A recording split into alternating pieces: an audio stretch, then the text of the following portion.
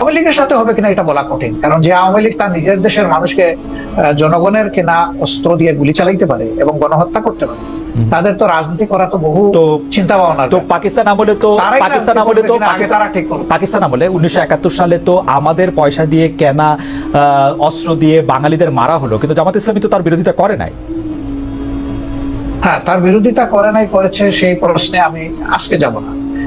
দুইটা কারণে যাব না। আমি একজন মানুষ, ফরওয়ার্ড লুকিং মানুষ। আমি ওই যে পিছনের দিকে মানে বেশি দৌড়াদৌড়ি ছুটাছুটি করাকে একটা জাতির জন্য কোনো ইতিবাচক বিষয় মনে করি না। দুই নম্বর হলো, এই ধরনের বিষয়ের যত বেশি চর্চা হবে জাতি তত বেশি বিভক্ত হবে। একটা বিভক্ত জাতি কখনো দুনিয়া সম্মানের আসনে বসতে পারে না। সম্মানের আসনে বসতে হলে, সত্যিকারের উন্নয়ন এবং শান্তি দেশবাসীকে উপহার দিতে হলে কিছু পয়েন্টে অন্তত পক্ষে সবাইকে একমত হতে হবে, দেশের স্বার্থের ব্যাপার যেখানে জড়িত। তা আমি ওই বিষয়ে যাচ্ছি না। দ্বিতীয়, আমি আরেক কারণে যাব না, যে তখন আমি এনাফ ম্যাচিউর না, বয়সের দিক থেকে আমি বুদ্ধ, রাজনীতিকে অ্যানালাইসিস করার শক্তি আমার ছিল না। আমি এই আঙ্গিনার কেউ ছিলাম। শফিকুর রহমান মানে ওই আমলে মানে কথাটা আমাকে শেষ করতে দেন।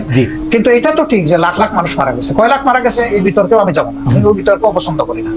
একটা মানুষের যদি নিরীহ মানুষ অন্যায়ভাবে মারা যায় সেটাও তো অপরাধ। সুতরাং এই কাজ যারা করেছে অবশ্যই এটা নিন্দনীয় ব্যাপারে কোনো সন্দেহ নেই। ডক্টর শফিকুর রহমান, এতে আমারও কোনো সন্দেহ নেই, কিন্তু শুধু আমি এটা বলছিলাম যে আমাদের যদি কোনো একটা বিষয় বিশ্লেষণ করার জন্য ওই সময়ের ব্যাপারে যদি যথেষ্ট মানে মানে ওই উপস্থিতিটা না থাকে, আপনি এটা থেকে বলতেই পারেন যে আপনি আসলে ওই ব্যাপারে বলতে চান না। কিন্তু দল হিসাবে জামায়াতে ইসলামের নিশ্চয়ই একটি অবস্থান পরিষ্কার করার ব্যাপার রয়েছে, সেটি আপনি আরেকদিন বলবেন বলছেন, সেটা আমরা আরেকদিন শুনবো। সেটি আমরা একটু জোটের রাজনীতি প্রসঙ্গে আসি। আমরা একটু বিএনপির সাথে জামায়াতে ইসলামীর দূরত্ব, একটা জোট তো ছিল, সেই জোটের থেকে যে বিএনপির সাথে যে দূরত্বটা বাড়লো, এইটার কারণ কি বলে আপনি আসলে মনে করেন? মানে মানে মানে আপনি কি মনে করেন যে বিএনপির সাথে কেন? আপনি বলতে পারেন জোট নেই, কিন্তু দেশের স্বার্থে আমরা কিন্তু দূরত্বে নাই। আমাদের মূল জায়গাগুলোতে আমাদের কোনো দ্বিমত নাই, কিন্তু যেহেতু দল দুইটা পৃথক এবং আমাদের এখন কোনো জোট বিদ্যমান নাই, সেই কারণে যার যার অবস্থান থেকে যে যেটা সঠিক মনে করতেছেন বক্তব্যটা সেভাবেই রাখবেন, এটাই নেচার। এবং একজন দেশের আপনি সচেতন নাগরিক হিসাবে রাজনীতি যদি বাদও দেন, আপনার চোখের সামনে যদি কোনো ভালো কাজ হয় তাকে আপনার অ্যাপ্রিসিয়েট করা দরকার। আবার কেউ যদি কোনো মন্দ কাজ করে তাকে সংশোধনেরও আপনার চেষ্টা করা দরকার। তো দেশের স্বার্থে যদি আমি কথা বলি এবং আমাকে যদি কেউ ক্রিটিসাইজ করে, আমি এটাকে ওয়েলকাম, কারণ ক্রিটিসিজম না হলে পারফেকশন আসে না। আর মানুষ কেউ ভুলের ঊর্ধ্বে না, আমরা ভুল করতেই পারি, ব্যক্তিগতভাবে করতে পারি, আবার সামষ্টিকভাবে দলগতভাবে আমরা ভুল যদি কেউ ধরিয়ে দেয় সেই তো আমার প্রকৃত বন্ধু। আর যারা সমালোচনা করে তাদেরকে আমি বন্ধু হিসাবে নিই, কিন্তু আমার ভুল দেখেও যারা নীরব থাকে আমি তাদেরকে বন্ধু মনে করি। ওকে, ডক্টর শফিকুর রহমান, আমরা কিন্তু দেখতে পাচ্ছি যে এই সরকারের মেয়াদ বা নির্বাচন প্রশ্নে আপনি মনে করছেন বা আপনার দল মনে করছেন যে এই সরকারকে একটু যৌক্তিক সময় দেওয়া প্রয়োজন। বিএনপি মনে করছেন যে ইলেকশনের ঘোষণা বা ইলেকশনের একটা রোডম্যাপ যে সরকার ঘোষণা করছে না, সেটি একটি ঠিক কাজ নয়। তো এই ক্ষেত্রে কি আপনাদের মধ্যে বিএনপির সাথে কোনো আলাপ আলোচনা হচ্ছে? আপনারা কি একটি জায়গায় আসতে পারবেন, নাকি আপনাদের অবস্থান এরকমই থেকে যাবে? অর্থাৎ বিএনপি এই মুহূর্তে নির্বাচন চায়, জামায়াত চায় সংস্কার করে নির্বাচন হোক। সম্ভবত এটা একসময় তাদের মানে স্ট্যান্ড ছিল, কিন্তু গত কালকে বা পরশুদিন তাদের যে মিটিংটা হলো, যেখানে তাদের দলের অ্যাক্টিং চেয়ার অ্যাড্রেস করেছেন জাতিকে, সেখানে তিনি কিন্তু একই কথা বলেছেন যে এই সরকারকে সাকসেসফুল হতে দিতে হবে এবং তাদেরকে যৌক্তিক সময় আমরা দেওয়ার পক্ষে। এখন যৌক্তিক সময়ের বাইরে কিন্তু এখন আর কেউ স্পেসিফিক কোনো কথা বলছেন না, কাজে এই জায়গায় আমাদের একটা ঐক্য হয়ে গেছে। এখন প্রশ্ন দাঁড়াতে পারে যে এই যৌক্তিক সময়টা কতটুকু। তা আমরা দুটো রোডম্যাপের চিন্তা করছি। একটা রোডম্যাপ হবে সংস্কারের রোডম্যাপ, আর একটা হবে নির্বাচনের রোডম্যাপ। আগে হবে সংস্কারের রোডম্যাপটা, তারপরে হবে সংস্কারের নির্বাচনের রোড। তো সংস্কারটাই আমরা এখন সরকারের কাছে চাইবো যে কতদিন টাইমলাইনটা কি হবে। বিভিন্ন তারা তো সবকিছু সংস্কার করতে পারবেন না, বেসিক জিনিসগুলো সংস্কার করে যাতে একটা তারা neutral, fair and credible election যাতে তারা উপহার দিতে পারেন, সেটার জন্যই তাদেরকে আমরা সর্বাত্মক সহযোগিতা করতে চাই। এই সময়টা নাতি দীর্ঘ হওয়া উচিত, তারা এটা বুঝবেন কতটুকু, জাতীয় বুঝবে কতটুকু। ঠিক টাইমটা মাত্র 1.5 মাস যায়নি তো এখনো, 23 তারিখ 1.5 মাস হবে। আমরা একটু অবজার্ভ করছি, একটু সময় নিচ্ছি। ওকে, নির্বাচন সংস্কারের প্রসঙ্গটা আমরা একটু পরে আসি, বা আপনি যখন বলবেন তখন বলতেই পারেন। সংবিধান সংস্কারের প্রসঙ্গে আমি আপনার কাছে জানতে চাইতে পারি যে আপনাদের গঠনতন্ত্র পরে আমি যতটুকু বুঝেছি বা আপনাদের কথা শুনে আমি যতটুকু বুঝেছি যে আপনারা আসলে কোরআন এবং রসুলের বাণী ছাড়া অন্য কোনোভাবে অন্য কোনো কিছুই আপনারা মানে আপনাদেরকে পড়লে আরেকটু পরিষ্কার হবে যে, আবারও বলি, কেবল আল্লাহ তাআলার বিধানকেই একমাত্র হিদায়াত হিসেবে মানিয়ে নেওয়া, আল্লাহ তাআলার দেওয়া শরীয়তের বিপরীতে যাবতীয় নিয়মিত পন্থা পদ্ধতিকে প্রত্যাখ্যান করা।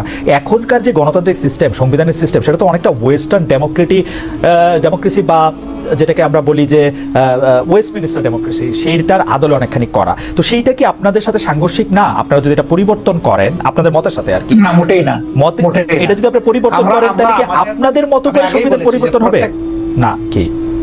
না, আমি আগেই বলেছি যে প্রত্যেকটা দলের এক একটা আদর্শ থাকবে, এটা খুবই স্বাভাবিক। একটা পলিটিক্যাল আইডিওলজি তার থাকবে, সবার আছে। সংবিধানটা কেমন হবে? যে যাত্রা মেন্টালিটি করবে।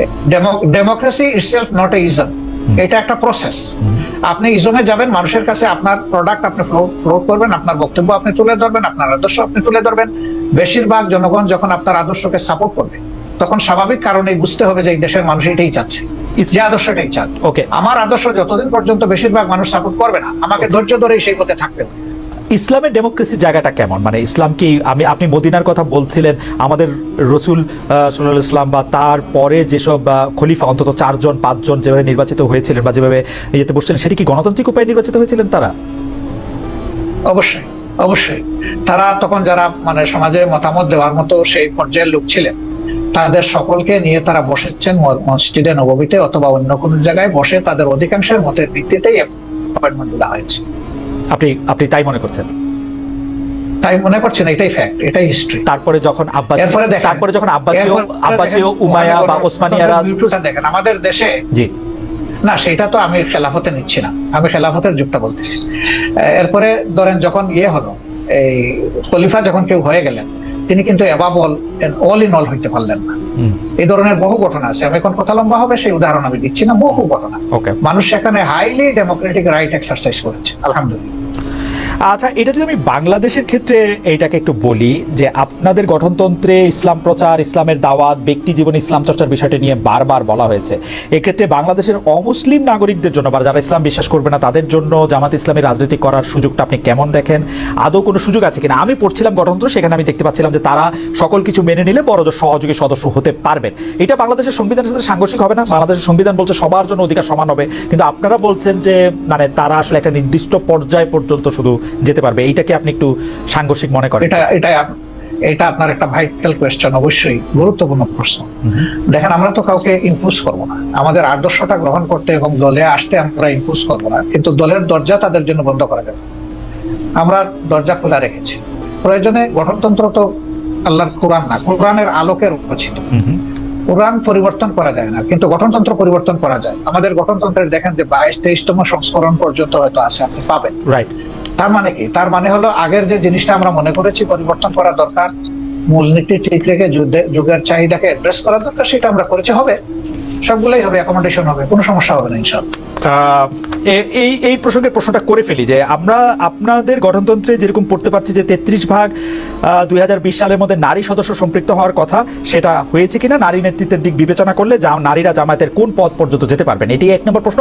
2 নম্বর প্রশ্ন হচ্ছে, জামাতের গঠনতন্ত্রে একটা বড় পরিবর্তন এসেছিল কিন্তু আসলে নির্বাচন কমিশনের নির্দেশে। আপনারা তখন এটা খুব খুশি মনে পরিবর্তন করেছেন, সেটা না কিন্তু এটা করেছেন।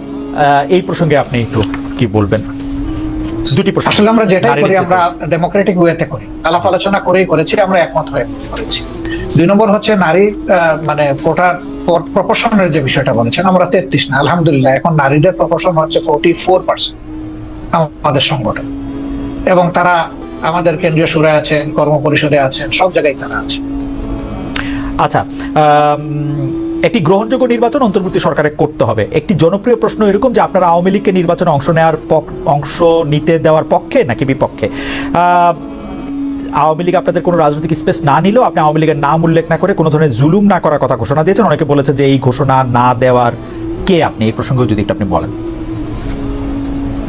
না, এই ঘোষণা দেওয়ার কে প্রশ্ন করেছে? জি, আসলে আমি আওয়ামী লীগের নাম নেই নাই, আর আওয়ামী লীগকেও আমি ইন্ডিকেট করি। শুধু আওয়ামী লীগ আমাদের উপরে জুলুম করে নাই, আরো অনেক পক্ষ আমাদের উপরে জুলুম করেছে। দল হিসাবে আমাদের উপরে যে জুলুমটা করা হয়েছে, যেমন ধরেন আমাদের নিবন্ধন কেড়ে নেওয়া হয়েছে, আমাদের প্রতীক কেড়ে নেওয়া হয়েছে, আমাদের অফিসগুলা সিলগালা করা হয়েছে, আমাদের শেষ পর্যন্ত তারা দিশাহারা হয়ে আমাদেরকে নিষিদ্ধ ঘোষণা করেছে। এই যে কাজগুলা দলের উপরে যে জুলুম করেছে, আমরা বলছি যে এটা প্রতিশোধ আমরা নেব। কারণ প্রতিহিংসার জন্ম নেই। আর প্রতিশোধ যখনই নিতে যাব তখন আইন হাতে তুলে নেওয়া। আমরা আইন হাতে তোলার নেওয়ার ব্যাপারে আমরা বিশ্বাসী না। কিন্তু সাথে সাথে এই কথাটা আমরা বলেছি যে ভিকটিম এবং ভিকটিম ফ্যামিলি যদি আইনের আশ্রয় নেয়, এটা তাদের রাইট ন্যায় বিচার পাওয়া, তাহলে আমরা তাদেরকে সর্বাত্মক সহযোগিতা করবো। আমরা স্ট্যান্ড থেকে সরি, আমাদের স্ট্যান্ড আছে। এখানে আওয়ামী লীগের নামও নেওয়া হয়নি, আওয়ামী লীগকে ইন্ডিকেটও করা হয়নি। এটা ছিল একটা সামগ্রিক বক্তব্য। আমার এই বক্তব্যটাকে টুইস্ট করা হয়েছে যে জামাতের আমির আওয়ামী লীগকে ক্ষমা করে দিয়েছেন এবং সাধারণ ক্ষমা ঘোষণা করেছেন। প্রথমটা তো নাই, দ্বিতীয়টা করার আমি কে? একটা রাষ্ট্রের সাধারণ ঘোষণা করার একমাত্র ব্যক্তি হচ্ছেন রাষ্ট্রপ্রধান, যিনি অর্থাৎ প্রেসিডেন্ট। তিনি ছাড়া প্রধানমন্ত্রী এটা পারেন, আর কেউই পারে না। আমি কে এটা করার? আমার তো কোনো অধিকার নাই। বরঞ্চ আমরা বারবার বলে আসছি যে যাদের উপরে জুলুম হয়েছে, যারা ক্ষতিগ্রস্ত হয়েছে, নিহত আহত গুম হয়েছে, তার সম্পদ হারা হয়েছে, চাকরি হারা হয়েছে, তারা অবশ্যই মামলা করবে এবং তাদেরকে আমরা সঙ্গত সহযোগিতা। আচ্ছা, এইটি অবশ্য আমাদের একটি প্রশ্ন, কারণ হচ্ছে যে পত্রপত্রিকা যেটি ছাপা হলো আওয়ামী লীগকে ক্ষমা করে দেওয়ার ঘোষণা জামায়াতের আমিরের, অনেকেই বলেছেন যে আপনি হয়তো খোলা মনে সাদা মনে সেই ক্ষমাটি ঘোষণা করতেই চেয়েছেন, কিন্তু পরে যখন আপনার দলের লোকেরা বা আপনি ফিরে গিয়ে চাপের মুখে সেটি আবার একটু বক্তব্য অন্যরকম করছেন। বিষয়টি কি ঠিক? মোটেই না, আমি মোটেই না। আমার বক্তব্য টুইস্ট করা হয়েছিল, সেটাকে আমি ক্লিয়ার করেছি। কোনো চাপও ছিল না আমার উপরে এবং আমি এখানে কোনো হীনমন্যতায় ভুগিনি। আমি যা ভালো মনে করেছি খোলা মনে সেটি বলেছি। আচ্ছা, আরেকটি প্রশ্ন আসতে চাই, সেটা হচ্ছে বৈষম্য বিরোধী যে ছাত্র আন্দোলনের যে রাজনৈতিক প্ল্যাটফর্ম, সেটি নিয়ে আমি সরি একটু আপনাকে ইন্টারাপ্ট করবো। আপনি বলেছিলেন যে আওয়ামী লীগ নির্বাচনে আসুক, তারা রাজনীতি করুক, এটা আমি চাই। আগে আওয়ামী লীগকে ডিসিশন নিতে হবে তারা আসলেই রাজনীতি করবে কিনা, তারা আসলেই রাজনীতি চায় কিনা। কারণ তারা যখনই ক্ষমতায় গিয়েছে তখন তো তারা রাজনীতির বাইরে চলে গেছে। প্রথম পিরিয়ডে শেখ মুজিব সাহেব জীবিত থাকা অবস্থায় তো তিনি বহুদলীয় গণতন্ত্রকে একদম শেষ করে দিয়ে একদলীয় বাকশাল কায়েম করেছে। আওয়ামী লীগ যখনই ক্ষমতায় এসেছে সেই জিনিসটাই এস্টাবলিশ করার চেষ্টা করছে। এবারও তারা কিন্তু সে পথেই হাঁটছিল এবং তাদের নেতারা বলতেন যে আমরা বাকশালের চেতনা অন্তরে